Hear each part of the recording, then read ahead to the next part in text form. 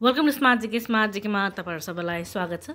राष्ट्रिय वाणिज्य बैंक तह 4 नगद र प्रशासन प्रिटेस्ट 2078 को तयारी अन्तर्गत यो डे 26 रहेको छ, जसमा इकोनोमिक्स सम्बन्धी विविध एमसीक्यूहरू लिएर उपस्थित भएकी छु। मेरो नाम हो श्रद्धा श्रेष्ठ र स्मार्ट जीके नेपालको पहिलो नम्बर 1 अनलाइन इन्स्टिट्युटमा अनलाइन तयारी कक्षाहरू सञ्चालन भइरहेका छन्। लिन चाहनुहुन्छ भने सम्पर्क गर्नुहोला अथवा हाम्रो अफिसियल वेबसाइट www.smartgkonline.com भिजिट गर्न सक्नुहुनेछ अथवा हाम्रो एप स्मार्ट जीके डाउनलोड गरेर क्लासेसहरू लिन सक्नुहुनेछ। राष्ट्रिय वाणिज्य बैंक तह 4, 5, 6 तयारी भइरहेको छ। लिन चाहनुहुन्छ भने सम्पर्क गर्नुहोला। त्यस्तै स्टडी रुमको व्यवस्था रहेको छ। यदि तपाईहरु आएर पढ्न चाहनुहुन्छ शान्त वातावरणमा र तयारीलाई मजबुत गर्न चाहनुहुन्छ भने स्मार्ट जीके स्टडी रुमको व्यवस्था रहेको छ, पढ्न सक्नुहुनेछ। त्यसको लागि कन्ट्याक्ट गर्नुहोला। अब लागौँ आजको प्रश्नोत्तरतर्फ र पहिलो प्रश्नमा रहेको छ, study of groups and broad aggregates of the economy is called as. Option रहेको छ A GDP and GNP, B national income accounting, C micro economics, D macro economics र यसको उत्तर रहेको छ मैक्रो इकोनोमिक्स। त्यस्तै अर्को प्रश्न रहेको छ, which one is the importance of macro economics.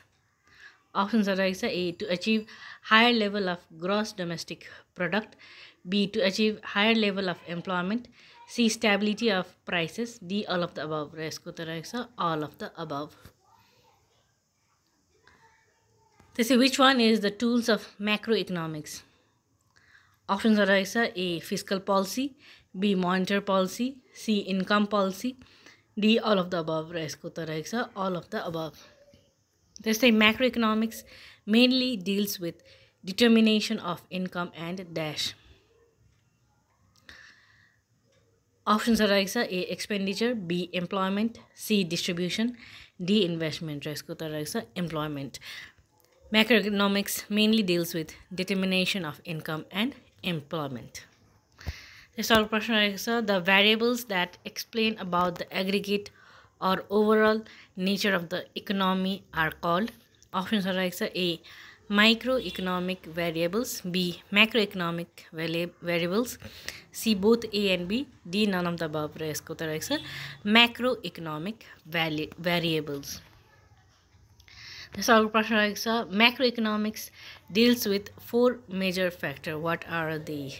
Options are A government, free market, external sector and regulations, B households, external sector, government and demand supply, C household, firms, government and external sector, D firms, government, free market and regulations र यसको उत्तर रहेको छ household, firms, government and external sector। Let's see which one of the following is macroeconomics not discussed. Options are A employment, B price determination in a market, C investment, D personal savings र यसको उत्तर रहेको छ price determination in a market। So macroeconomics deals with dash। Options are A the behavior of firms, B economic aggregates, C the behavior of the electronics industry, D the activities of individual units र यसको उत्तर रहेको छ economic aggregates। Let's see which of the following is a macroeconomic issue.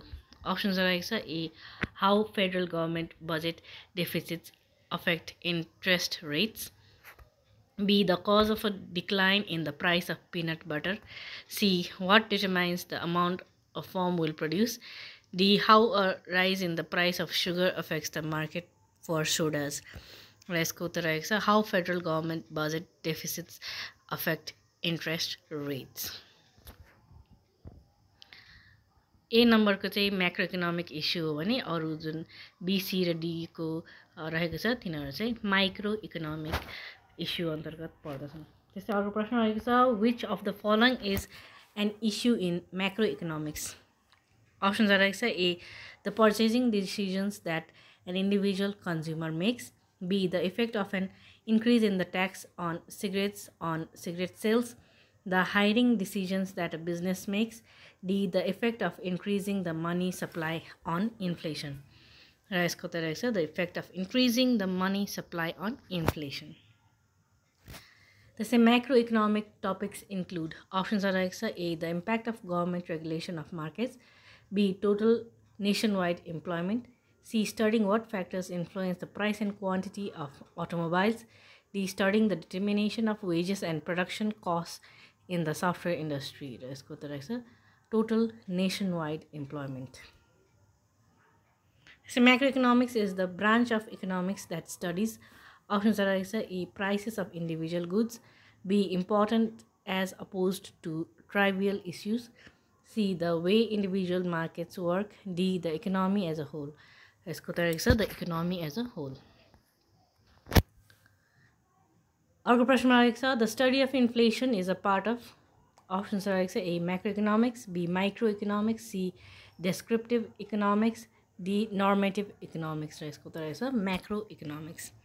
त्यसै study of how increase in the corporate income tax will affect the natural unemployment rate is an example of options रहेको छ A macro economics, B डेस्क्रिप्टिभ economics, C micro economics, D normative economics र यसको त रहेछ macro economics. त्यस्तै बृहत अर्थशास्त्रको महत्त्व कुन कुन हुन्? अप्सन्सहरू रहेको छ ए सम्पूर्ण अर्थशास्त्रको अध्ययन गर्न, 2 मा रहेको छ सरकारी आर्थिक नीति निर्धारण गर्न, 3 मा रहेको छ सूक्ष्म अर्थशास्त्रको विकास एवं विस्तारका लागि, 4 मा रहेको छ अर्थव्यवस्थाको अवस्था थाहा पाउन, 5 मा रहेको छ क्षेत्रगत चरहरूको बारेमा जानकारी प्राप्त गर्न र यसको उत्तर रहेको छ यो जुन सबै अप्सन्सहरू मैले पढेको छु 1 देखि 5 सम्म सबै चाहिँ बृहत अर्थशास्त्रको महत्त्वहरू अन्तर्गत पर्दछन्।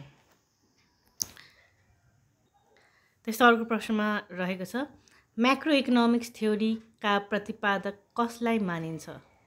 अप्सन्सहरू रहेको छ ए किन्स, बी केई विल्डिङ, सी सेपिरो, डी हेरोड र यसको उत्तर रहेको छ Keynes. Which of the following is macroeconomic topic? Options are रहेको छ A why plumbers earn more than janitors, B the reasons for the rise in average prices, C whether the army should buy more tanks or more rockets, D the reasons for a rise in the price of orange juice। यसको उत्तर रहेको छ the reasons for the rise in average prices।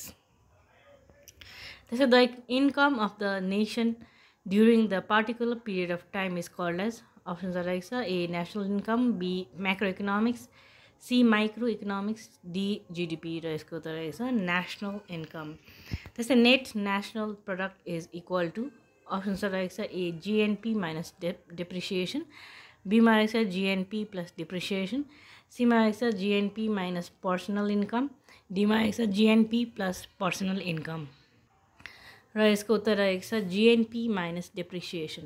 net national product is equal to GNP minus depreciation।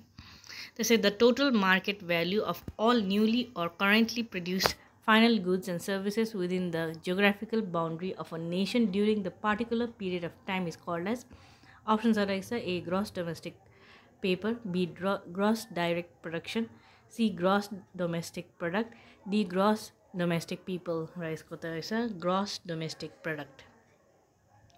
So which one is the features of GDP? Options are रहेको छ A it is the money value of all final goods and services produced within a country, B मा रहेको छ it includes the value of only final goods and services produced within a year, C मा रहेको छ it includes the value of intermediate goods and services to avoid double counting, D all of the above र यसको त रहेछ all of the above। त्यसै which one is the feature of GDP? Options are रहेको छ A it includes only those goods which have market value and brought to the market for sale, it includes transfer payments like pension, unemployment allowances, etc. as they do not contribute to production, it does not include capital gains, D all of the above र यसको त रहेछ all of the above। त्यसै GDP को पूरा रूप के हो? अप्सन्स रहेको छ A gross domestic paper, B gross direct production, C gross domestic product, D gross domestic people र यसको त रहेछ gross domestic product। So what is the difference between GDP and GNP?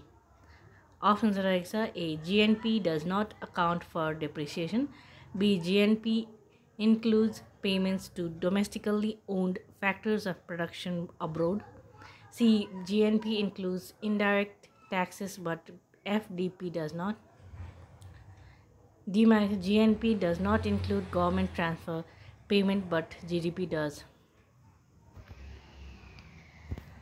यसको उत्तर रहेको छ be GNP includes payments to domestically owned factors of production abroad. त्यसै आजको अन्तिम प्रश्नमा रहेको छ GDPको सन्दर्भमा कुन उत्तर सही छ? अप्सन्स रहेको छ ए GDP is equal to C plus I plus G plus X minus M, B मा रहेको छ GDP is equal to GDI is equal to GDE, C मा रहेको छ GDP is equal to C plus I plus G, D मा रहेको छ GNP is equal to GDP plus NFIA र यसको उत्तर रहेको छ ए GDP is equal to C plus I plus G plus small bracket X minus M. हसै पर्न साथै आजको भिडियो यही टुङ्ग्याउन चाहन्छु। यदि तपाईहरू क्लासेस लिन चाहनुहुन्छ भने सम्पर्क गर्नुहोला। क्लासेस अनलाइन रहेको छ र आएर पढ्न चाहनुहुन्छ भने स्टडी रुमको व्यवस्था रहेको छ, लाइब्रेरी सरहको हुनेछ तपाईहरुलाई। र यदि हाम्रो भिडियोहरु मन परिरहेको छ भने लाइक, सब्स्क्राइब, कमेन्ट, सजेस्ट र शेयर गर्दै गर्नुहोला। धन्यवाद।